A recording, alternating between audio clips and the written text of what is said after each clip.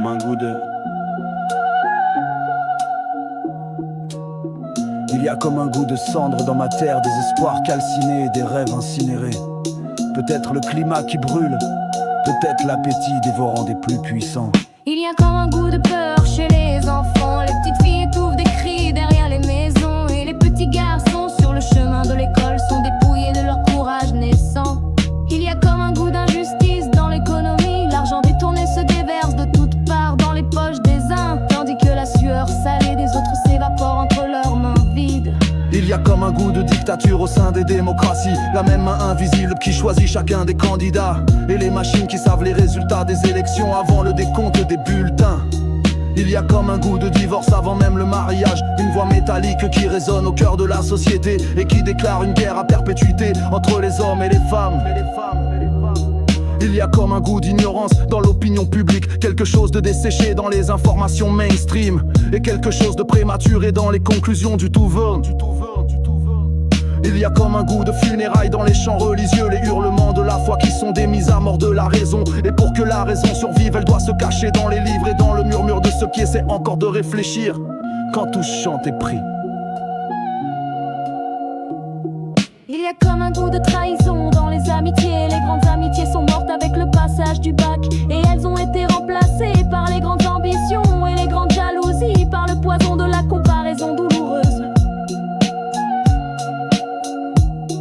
Il y a comme un goût d'envie de meurtre chez les dirigeants politiques. Chaque fois qu'ils entendent qu'une intelligence éveillée entreprend de s'exprimer sur les choses de la nation et les choses du peuple, parce que eux, ils ont prospéré sur le sommeil et l'ignorance des masses. Il y a comme un goût de chaos dans l'ordre mondial. Des dirigeants de nations qui dirigent avec leur égoïsme individuel et leur égoïsme de groupe, et qui ne réfléchissent que pour chercher les moyens de mieux conserver leur pouvoir et de mieux blinder leur fortune.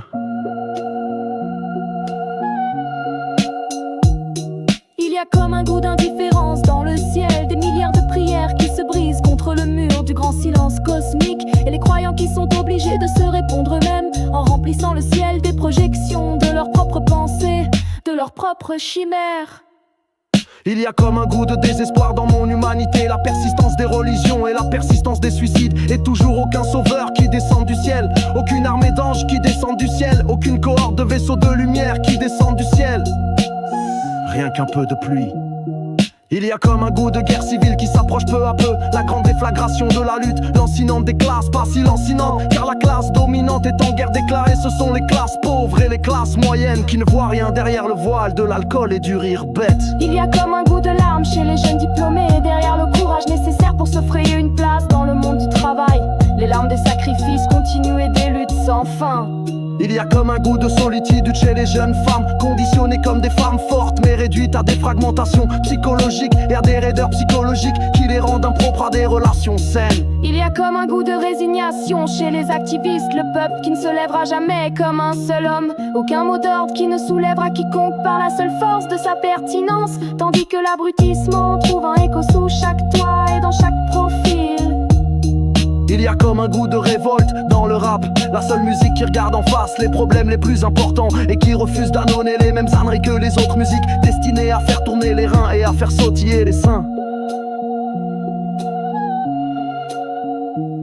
Alors on trouve toujours le temps de chanter et de danser. La vie sur terre est rire et larmes, feu vivant et peur glacée. Grand saut et grande chute, la volonté de se relever et de continuer d'avancer. La grande promesse vient de la vérité elle-même, l'esprit qui ressort de tout cela grandi et toujours pur. Des nuits de tristesse et des journées de travail qui font fleurir de nouvelles idées et de nouvelles actions. Des temps de bonheur qui se dilatent au fur et à mesure, en gagnant du terrain sur les revendications de la souffrance.